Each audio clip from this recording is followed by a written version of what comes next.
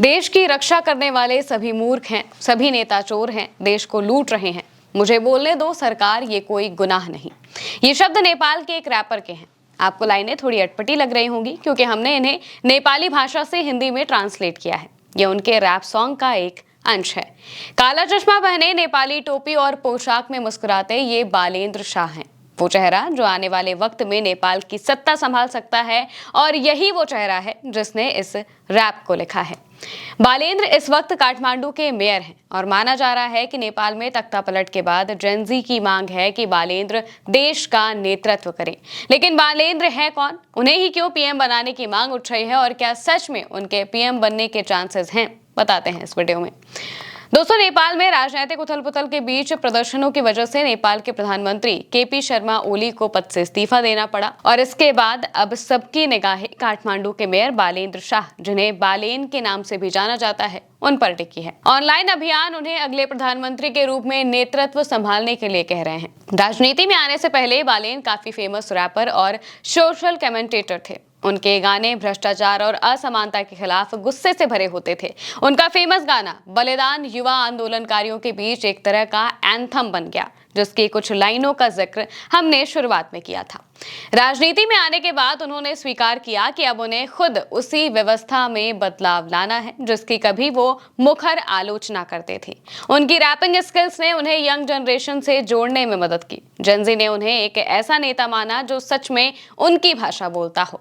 Rap की तड़कती भड़कती दुनिया से बालेंद्र शाह देश के युवाओं की धड़कनों पर छा गए, और जब वो राजनीति में आए तो उन्हें युवाओं का सबसे ज्यादा साथ और प्यार मिला। बालेन का जन्म 27 अप्रैल 1990 को काठमांडू के नरदेवी में हुआ था, लेकिन उनका मूल परिवार मधेश के महोत्तरी जिले से है। मधेश यानी कि वो इलाका जो भारत और नेपाल की सीमा से आता है। उनके पिता राम नारायण शाह एक आयुर्वेदिक चिकित्सक थे। बालेन ने सिविल इंजीनियरिंग में ग्रेजुएशन और भारत के कर्नाटक से स्ट्रक्चरल इंजीनियरिंग में मास्टर्स की डिग्री ली है।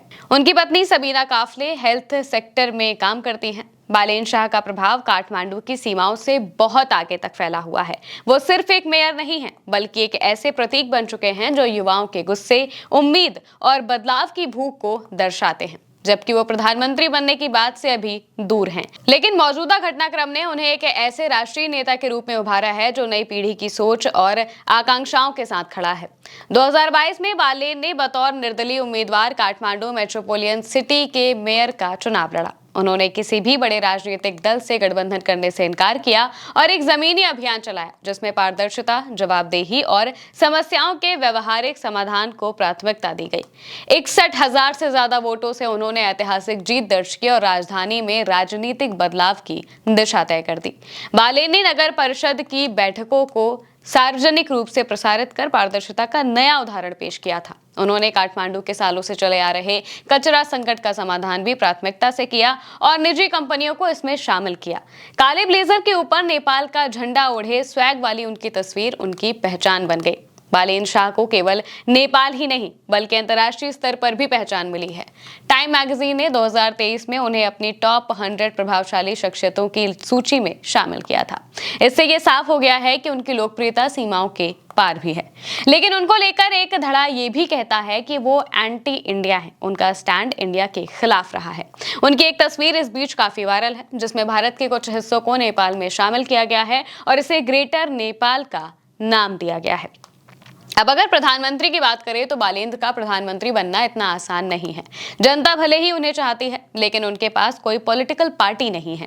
उन्होंने हर पार्टी के खिलाफ बोला है। ऐसे में रवि लामिछाने और बालेन के बीच अंतरिम पीएम को लेकर बातचीत चल रही है। रवि लामिछाने कौन है, ये भी जानना जरूरी है। दरअसल साल 2022 में रवि लामिछाने ने राष्ट्रीय स्वतंत्र पार्टी यानी कि आरएसपी की स्थापना की। नई नवेली पार्टी इसी साल आम चुनावों में 20 सीटें जीतकर संसद में चौथी सबसे बड़ी पार्टी बन जाती है और दिसंबर 2022 में उन्हें उप प्रधानमंत्री और गृह मंत्री के रूप में नियुक्त किया जाता है। वहीं पिछले साल अक्टूबर के महीने में उन्हें संगठित अपराध और सहकारी फंड की हेराफेरी के आरोप में गिरफ्तार किया गया था। इसके बाद जब नेपाल में प्रदर्शन हुए तो इस बीच पुलिस ने उन्हें छोड़ने की बात कह दी। उन्होंने कहा कि हम आपकी सुरक्षा सुनिश्चित नहीं कर पाएंगे, इस वजह से उन्हें जेल से छोड़ दिया गया। और जेल से छूटने के बाद बातचीत जारी है बालेंद्र शाह और रवि लामिछाने के बीच में। देखना होगा कि कौन आखिर नेपाल की कमान संभालेगा। फिलहाल के लिए मेरे साथ इस वीडियो में इतना ही। मैं हूं महिमा और आप देखते रहिए उल्टा चश्मा न्यूज़।